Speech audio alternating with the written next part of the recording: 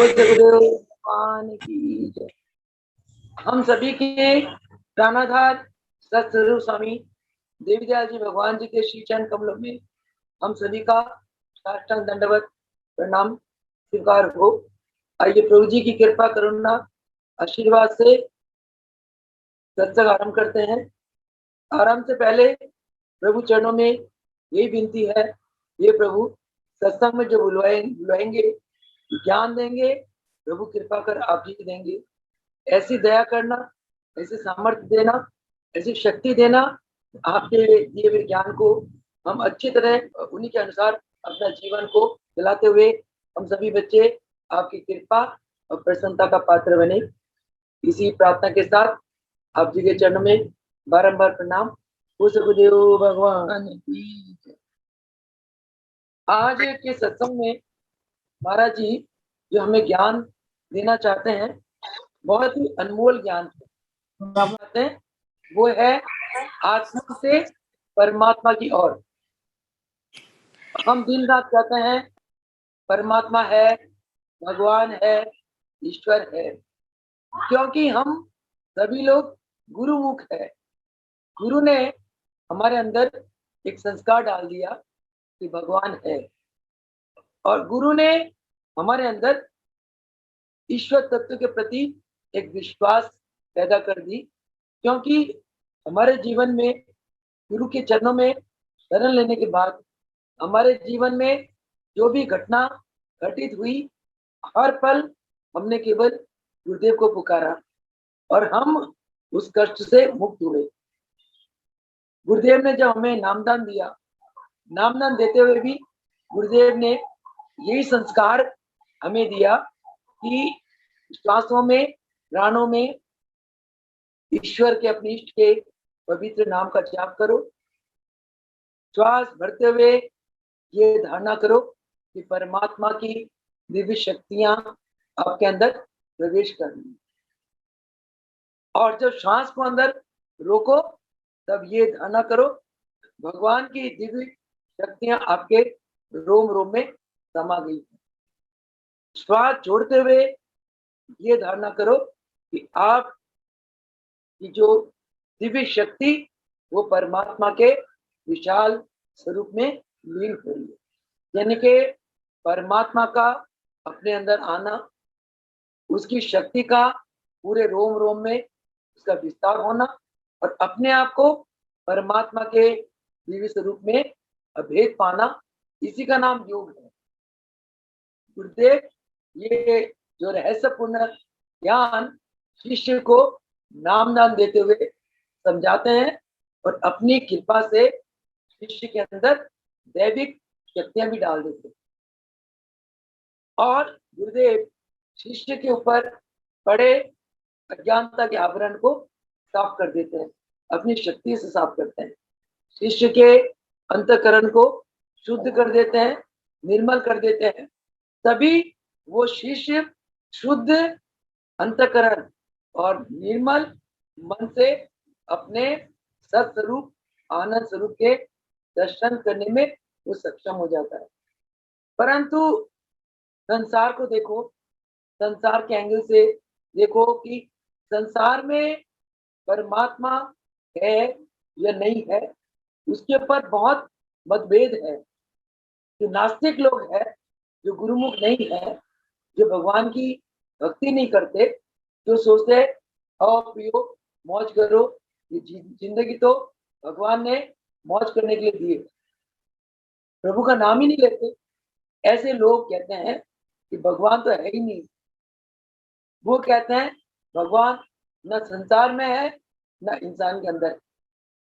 उनसे पूछा जाए तो फिर ये संसार किसने चलाया, संसार क्या है?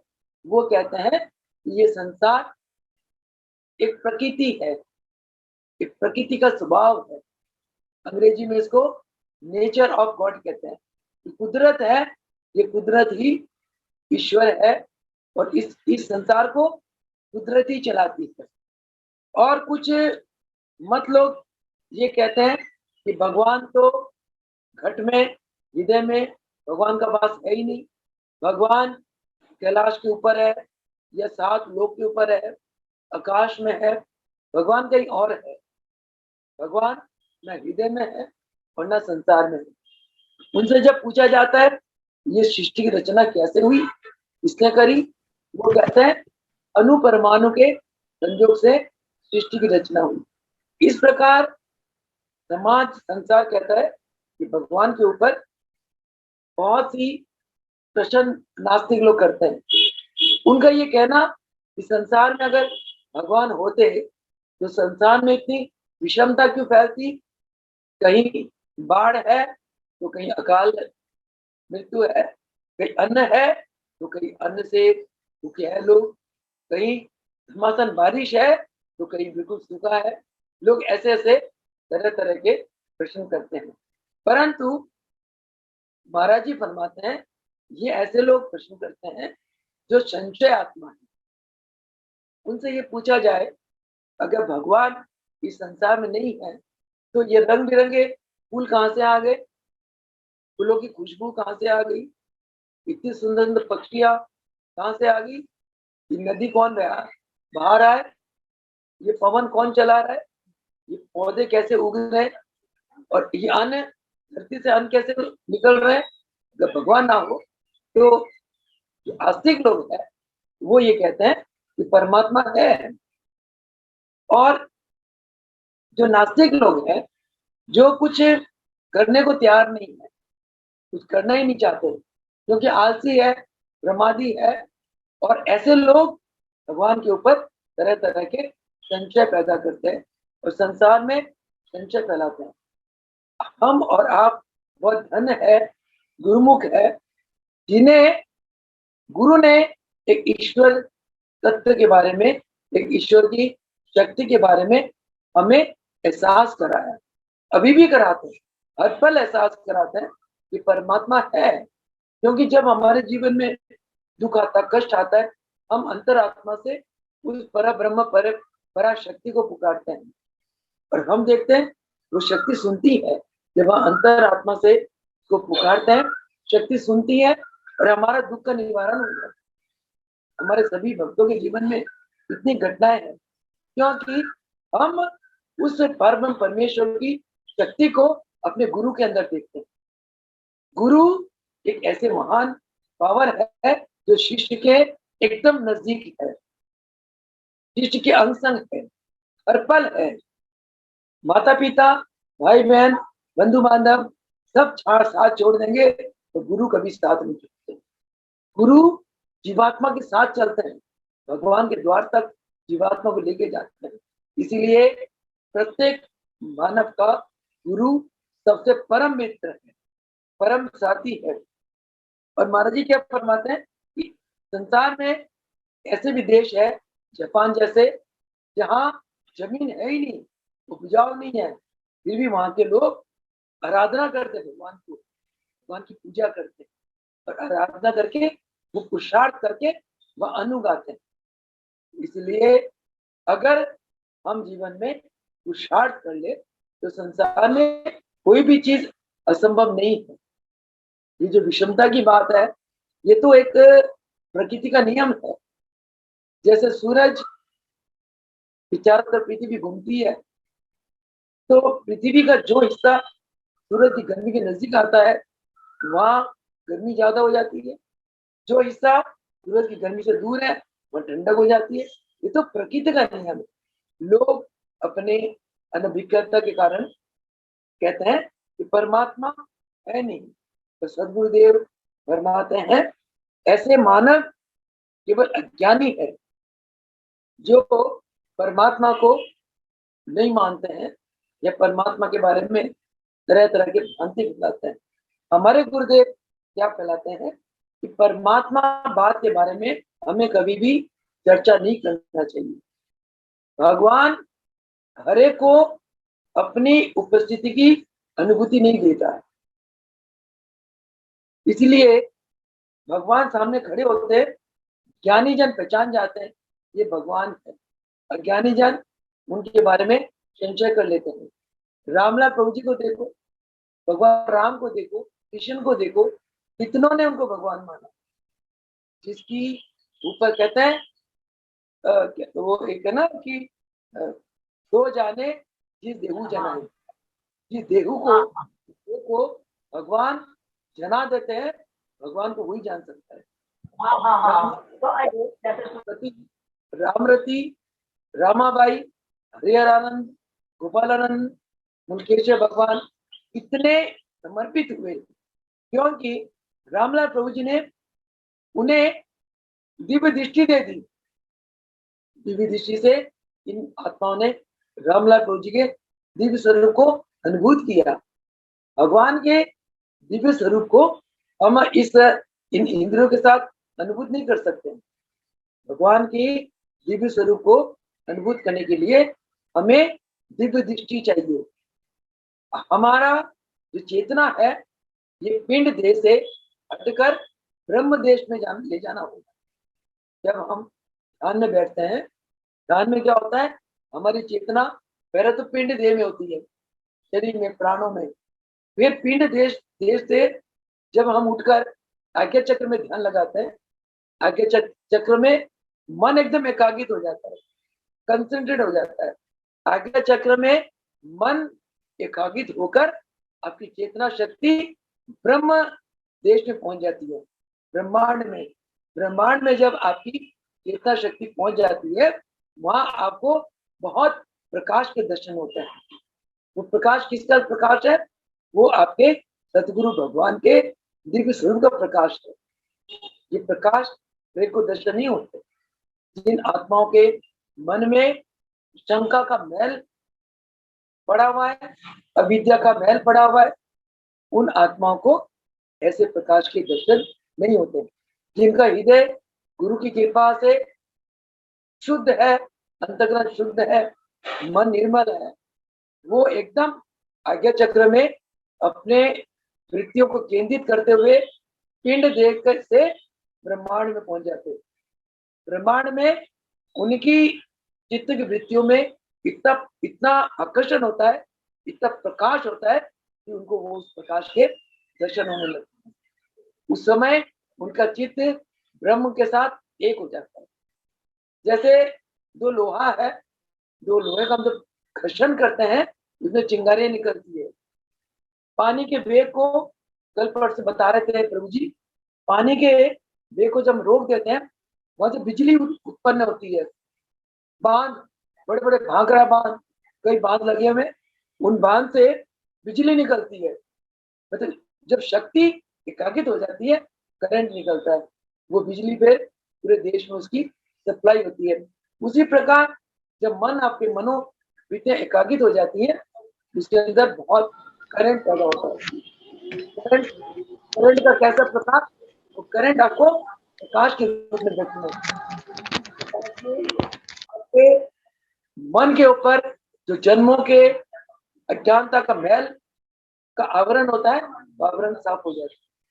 इसलिए महाराज जी बार बार हमें आज्ञा देते हैं, अभ्यास करो।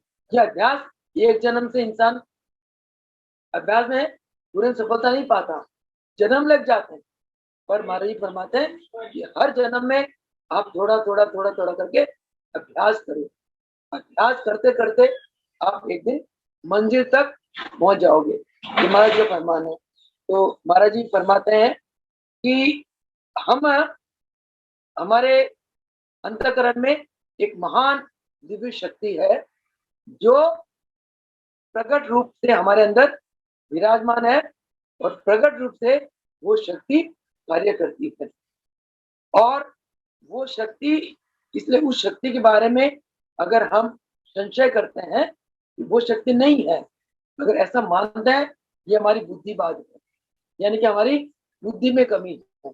जो चीज है, अब सूरज है, आज क्या है, सुबह से हमें सूरज दिखाई नहीं दी, क्योंकि आज का मौसम कैसा है? बदली वाला मौसम है, बारिश वाला मौसम है। बदली वाला मौसम है, बारिश वाला मौसम है, इसका मतलब ये नहीं है कि सूरज नहीं है। सूरज है, सूरज के आगे बादल आए हुए, इसलिए हम सूरज की गर्मी से वंचित है और हम सूरज के प्रकाश से वंचित है। इसी प्रकार परमात्मा दिव्य स्वरूप में हर जगह विद्यमान है, हम अगर उनकी उपस्थिति का अनुमान करते हैं, अनुभूत करते हैं, हमें विश्वास आ जाता है भगवान है। जो लोग उनकी प्रेजेंस को अनुभूत नहीं करते, उनके लिए भगवान नहीं है। महाराज जी फरमाते हैं ये अगर भगवान ना होते तो जीवन हमें इतना रुचिकर ना लगता। भगवान ना होते हमें ये सत्संग में इतना आनंद नहीं मिलता। भगवान ना होते हमें फूलों की खुशबू में आनंद नहीं मिलता। भगवान ना होते हमें एक शुद्ध निर्मल जल में इतनी मिठास ना मिलती। भगवान है, रंग बिरंगे फूल देखते हैं हम। भगवान है, झरने है। भगवान है तो पानी में मिठास है। भगवान है तो जब सूरज की किरणें पड़ती है तो कमल का फूल खिलता है। इधर पड़े दोनों, भगवान इधर। भगवान है तो कमल का फूल खिलते हैं, और भगवान है तो बच्चों की जो मुस्कान है, किलकारी है, उसमें कितना आनंद आता है। भगवान है तो जीवन में आनंद है। भगवान है तो हम हमेशा अपने आप को खोने की कोशिश करते हैं, अपने विकारों को हटाकर अपने आप को निर्मल बनाने की कोशिश करते हैं। भगवान है तभी तो हमारे अंदर एक भय है, हमने गलत काम नहीं करना। गलत काम करने से भगवान हमें सजा देंगे। हमें अच्छा काम करना है, पुण्य कर्म करना है, निष्काम सेवा करना है, परहित में रहना है, और सबके साथ प्रेम बर्ताव करना है। ऐसा हम क्यों सोचते हैं? क्योंकि हमारे अंदर एक विश्वास जमा हुआ है कि भगवान है। भगवान है तभी हमारे अंदर दैवी गुण है। कौन कौन से दैवी गुण? शांत रहना, संतोष में रहना, आनंद में रहना, प्रेम में रहना, प्रेम लेना, प्रेम देना, निष्काम सेवा करना, परहित में रहना, परोपकार करना, दान पुण्य करना, जितना हो सके दुखियों का दुख को दूर करना। ऐसे भावना इसके अंदर होते हैं। ऐसे सद्गुण केवल परमात्मा में होते हैं, और परमात्मा हम सभी परमात्मा के अविनाशी अंश हैं। इसलिए हमारे अंदर ऐसे भावना पैदा होते हैं। तो अब महाराज जी आगे फरमाते हैं कि ये प्रकृति की जो मधुरता है, शीतलता है और आनंद है, और ये जो नदी की कलकल आवाज है, आप प्रकृति में जाके बैठ जाओ, आपको कितना आनंद आता है। ये आनंद क्यों आता है? क्योंकि परमात्मा सारे विश्व में व्याप्त है। विश्व में इतना बड़ा विश्व है, परमात्मा की जो महानता उसका कोई अंत नहीं है। हम सोचे हम सारे तीर्थ घूम ले, और हम सोचेंगे हमने सारा संसार की तीर्थ घूम लिया, फिर भी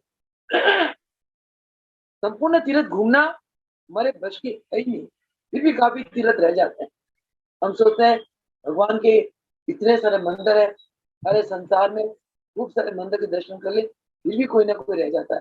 कहने का भाव है कि भगवान की जो विशालता है, जो महत्ता है, उसका कोई अंत नहीं। भगवान की महिमा को गाते गाते शेष शारदा भी नेति नेति कहते हुए वो हार जाते हैं। इसीलिए महाराज जी फरमाते हैं कि सब देश, सब तीर्थ, सब नाम में भगवान परमात्मा विराजमान है। भूमंडल के हर कण कण में परमात्मा विराजमान है। हर जीव में, हर जड़, हर चेतन में भगवान है। क्योंकि भगवान है तभी ही सबका विकास होता है। भगवान ना हो, विकास कहाँ से हो? एक पत्थर आप रख दो, थोड़े दिन बाद देखना वो पत्थर बढ़ गया। किसने बढ़ाया? वो तो जड़ है, क्योंकि उसके अंदर भी परमात्मा है। तो परमात्मा है तो विकास है।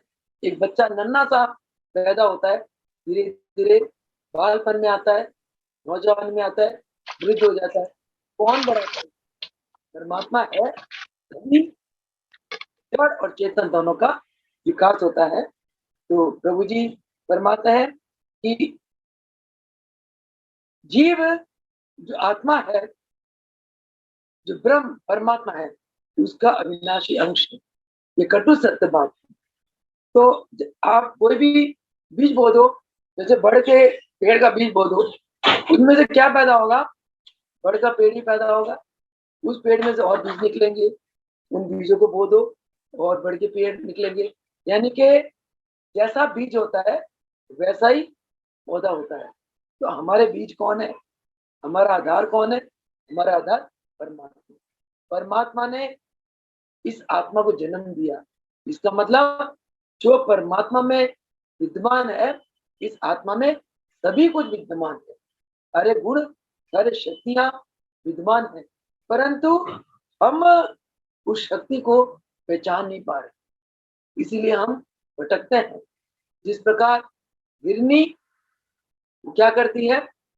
हिरनी के नाभि में कस्तूरी होती है और कस्तूरी से उसको खुशबू आती रहती है।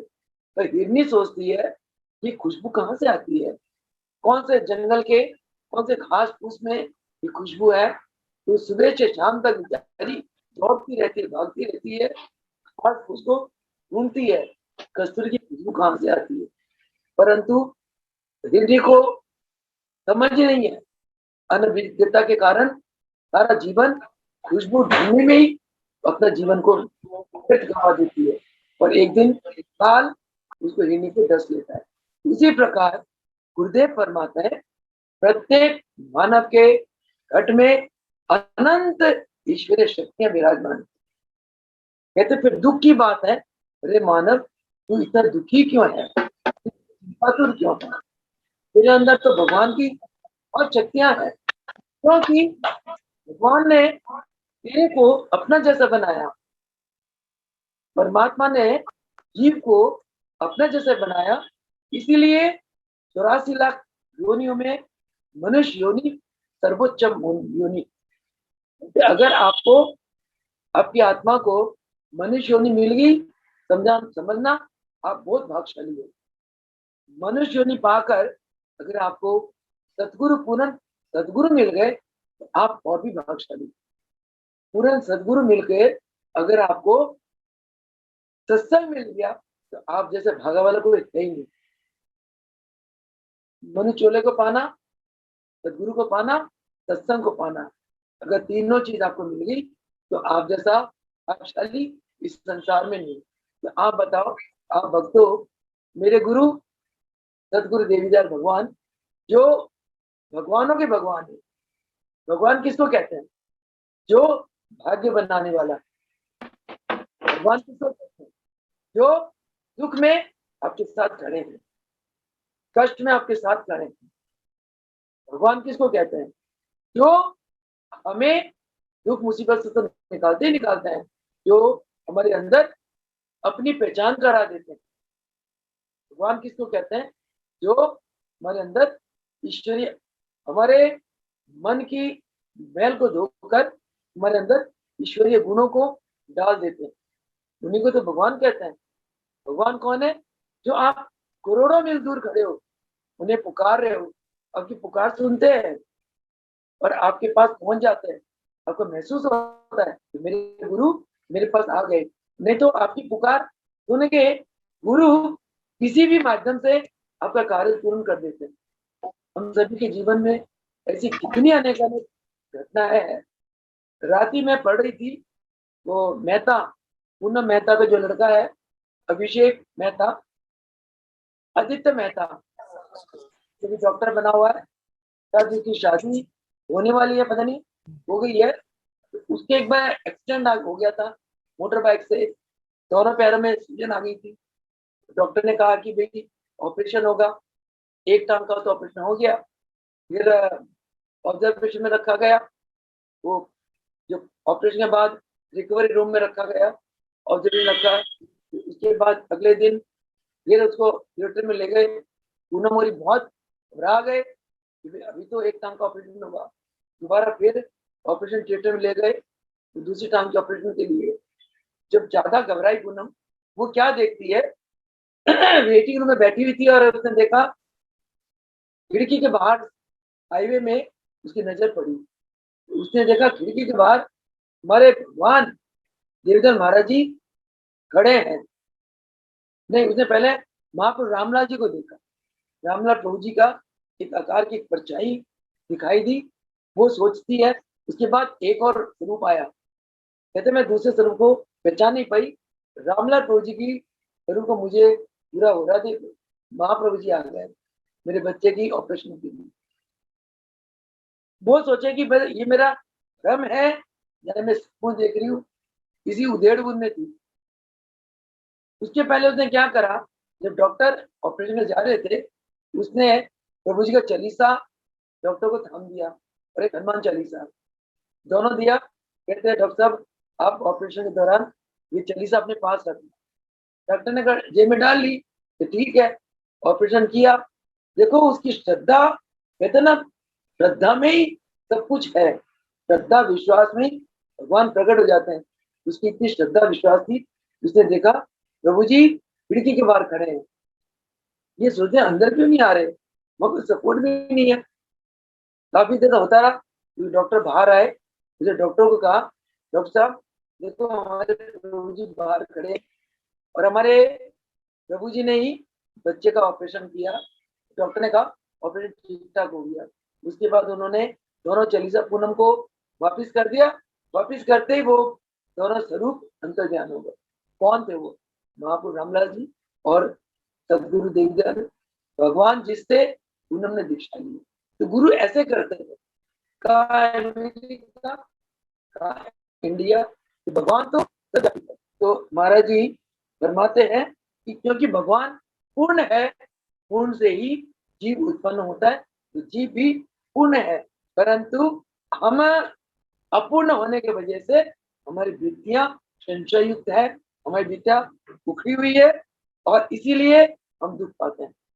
हम क्या करते हैं, भगवान का सिमरन नहीं करते हैं, भगवान का विस्मरण करते हैं। उसी से हमारे अंदर अज्ञानता आ जाती है। अगर महाराज जी ने कहा एक प्रवचन में कि पाप और पुण्य क्या है, कि ईश्वर को याद करो जो पुण्य है, ईश्वर को भुला दो वो पाप। इसीलिए महाराज जी हर पल श्वास प्रश्वास में हमें अजपा जाप का उपदेश करते हैं कि श्वास श्वास राम जप वृथा श्वास न कोई, क्या जाना इस श्वास का फिर आवन हो ना हो। विश्वास दोबारा आए ना आए क्या पता इसका। इसीलिए विश्वास को हमने कभी वृथा नहीं खवाना। और महाराज जी फरमाते हैं अगर हम भगवान को जब भूल जाते हैं तो माया हमारे पर हावी हो जाती है। तो ये माया ही अविद्या है और माया ही हमें भगवान के प्रति संशयात्मक कर देती है। कई बार शिष्य भी ऐसे सोचते हैं कि गुरु को ब्रह्म नहीं मानते।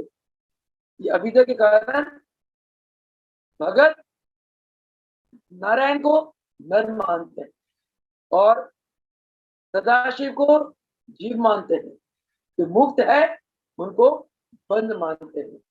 अविद्या के कारण शिष्य गुरु को नर मानते हैं, शिष्य गुरु को भगवान नहीं मानते। अगर शिष्य गुरु को भगवान के समान मान ले, मेरा इष्ट मेरा गुरु भगवान के समान है, तो उसके ऊपर गुरु की रहमत गुरु की कृपा बहुत बरसती है। गुरु कौन है? गुरु वो है जो अपने आप को हर पल परमात्मा के साथ अभेद रखते हैं और हमें भी परमात्मा के साथ अभेद कराने की शक्ति रखते हैं। गुरु वो होते हैं स्वयं मुक्त होते हैं और हमें भी मुक्त कराने के सामर्थ्य रखते हैं। वो गुरु है। इसीलिए हम ऐसा ज्ञान, ऐसी अनुभूति केवल एक ही रास्ते से पा सकते हैं। वो कौन सा रास्ता? वो रास्ता है जो आपको अपूर्व आनंद प्राप्ति होगी, आपके मन में शांति आएगी, आपके अंदर दिव्यता आएगी और आपके अंदर सभी सद्गुणों का प्रवेश हो जाएगा। जब आप सद्गुणी हो जाओगे, आप स्वयं आनंद में रहोगे, शांति में रहोगे। जो आपके अंदर है आप वही बांटोगे। आपके अंदर दया आ जाएगी, बुलाना उसको। आपके अंदर क्षमा आ जाएगा, आपके अंदर परोपकारिता आ जाएगी। तो ये सभी गुण आपके अंदर आने लगते हैं। तो इसीलिए महाराज जी फरमाते हैं योग करो, योग करो, योग करो। योग से बढ़कर संसार में और कोई साधन नहीं है इस संसार को सुखी और आनंदित बनाने के लिए। तो महाराज जी की इस आज्ञा को पालन करते हुए हमें नित्य प्रति योग अभ्यास करना चाहिए। और एक बात मैं बताऊंगी आपको, ये मन की एकाग्रता होना बहुत जरूरी है। मन के एकाग्रित हुए बिना हमें भगवान के दर्शन नहीं हो सकते। और मन एकाग्रित कब होता है? सबसे पहले आप शरीर को स्थिर करो।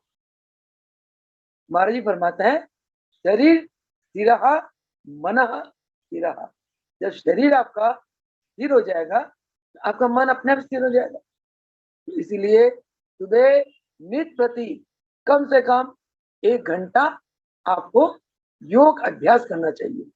योग आसन 1 घंटा करोगे तो आपका शरीर स्थिर हो जाएगा और शरीर के साथ साथ आपका मन भी स्थिर हो जाएगा। उसके बाद नित्य प्रति दिन में कम से कम 3-4 बार प्राणायाम करो। एट ए टाइम 15 मिनट कर लो, बहुत है। 15 मिनट प्राणायाम करो और 40-45 मिनट ध्यान में बैठ जाओ। इसी प्रकार दिन में 2 बार करो, 3 बार करो, 4 बार करो। जितना गुड़ उतना मीठा। जितना आप अभ्यास करोगे उतना ही आपको आपकी आत्मा चमकती जाएगी।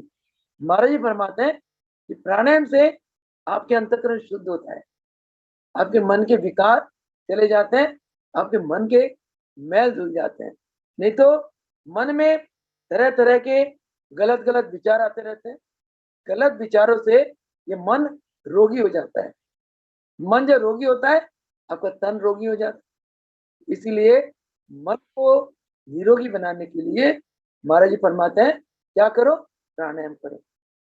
तीसरी बात, वात पित्त और कफ, ये तीनों जब हमारे शरीर के अंदर असंतुलन हो जाते हैं, वात पित्त और कफ का जब संतुलन बिगड़ जाता है, तब क्या होता है? हमारा शरीर रोगी हो जाता है।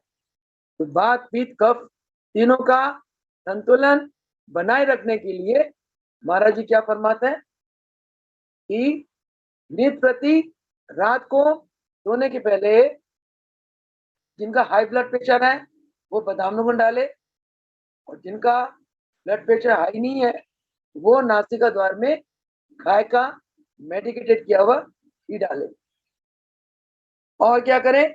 पाँव के तलुओं में सरसों का तेल लगाए और सोने के पहले कटकरी के पानी का गरारा करें। महाराज जी स्वयं करते थे। सुबह उठकर हफ्ते में 3 बार या 4 बार नेति क्रिया करे, जल क्रिया जलपान रोज करे। ब्रह्मदातुन 15 दिन में 1 बार कर ले। इस प्रकार आप लाइफस्टाइल के रखोगे तो आप कभी बीमार नहीं होगे। तीसरी बात, आपने बर्तनों का विशेष ध्यान देना है। जो हम स्टील एल्यूमिनियम में भोजन पकाते हैं, नीरा ये कैंसर जैसे भयंकर रोग को जन्म देते हैं। भोजन बनाने वाले बर्तन पीतल के हो, गले वाले हो। दही मिट्टी के बर्तन में जमाए और बासी भोजन बिल्कुल ना खाए। भोजन बनने के 1 या 2 घंटे के अंदर अंदर ताजा भोजन खाए। तीसरी बात है आटा वगैरह फ्रिज में कभी ना गूंद के रखें। दूध रखें उसको प्रोटेक्शन के लिए, फ्रूट सब्जी रखें, इस्तेमाल करने के पहले बाहर नॉर्मल टेम्परेचर में ले आए, उसके बाद उनका इस्तेमाल करें। तीसरी बात है मैदे वाली चीज़ों का अवॉइड करें। ज़्यादा मिर्च मसाला तली चीज़ें इनको अवॉइड करें। यानी कि जितना हो सके दूध, दही, फल, सब्जियां, दालें, प्रोटीन युक्त भोजन करें। इससे आपकी इम्यूनिटी बढ़ी रहेगी। आसन से इम्यूनिटी बढ़ती है। इम्यूनिटी क्या कहते हैं कि प्रत्येक मानव के रक्त में एक प्रतिरोधक क्षमता होती है, जिसको कहते हैं कि खून जितना साफ होगा उतना प्रतिरोधक क्षमता आपकी बढ़ेगी। तो आसन खून को साफ करते हैं, शुद्धि क्रियाएं खून को साफ करते हैं, प्राणायाम खून को साफ करते हैं। आपका ब्लड जितना प्योर होगा, जितना ब्लड साफ होगा उतनी ब्लड के अंदर कीटाणु या जीवाणुओं से लड़ने की क्षमता, जिसको साइंस ने इम्यूनिटी पावर कहा है, वो क्षमता बढ़ जाती है। और इसके अलावा जो आप ध्यान में बैठते हो, ध्यान में सुबह शाम 1 घंटा ध्यान में जरूर बैठे। अगर आपका ध्यान में मन नहीं लगता, आप महामंत्र का जाप करें, प्राणों में महामंत्र का जाप करें, और जाप करते करते रामलाल महाप्रभु या मुल्केश्वर महाप्रभु या देवीलाल महाप्रभु जी के दिव्य स्वरूप में अपने को लय कर दे। आपको ये लगे कि प्रभु जी का जो ईश्वरीय स्वरूप है हम सभी के साथ है, ये नहीं सिर्फ मेरे साथ है, आपके साथ है, सबके साथ है, संसार के साथ है। सर सिर्फ हमने अनुभूत करना होता है। ये सोचो प्रभु जी का जो दिव्य स्वरूप मेरे साथ है, मेरे मानस पटल में है, मेरे प्राण उनके अंदर समा रहे हैं। अपने प्राणों को प्रभु जी के दिव्य स्वरूप में लय कर दो।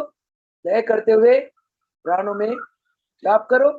जाप करते ही आपको ध्यान लग जाए, यानी कि आपको अपनी एक शरीर में एक बेसुधी अवस्था की प्राप्ति हो जाएगी और आपके अंदर आनंद की लहरें शुरू हो जाएगी। उस आनंद की लहरें से भी आपकी इम्यूनिटी पावर बढ़ जाती है, हार्ट की प्रॉब्लम खत्म हो जाती है, दिमागी तनाव परेशानी सब खत्म हो जाती है। सबसे बड़ी बात है, भगवान कहते हैं अगर जीव कर्ता और भोक्ता भगवान को मान ले, सदगुरु भगवान को मान ले, तो जीव चिर शांति और चिर आनंद की अवस्था को प्राप्त कर सकता है।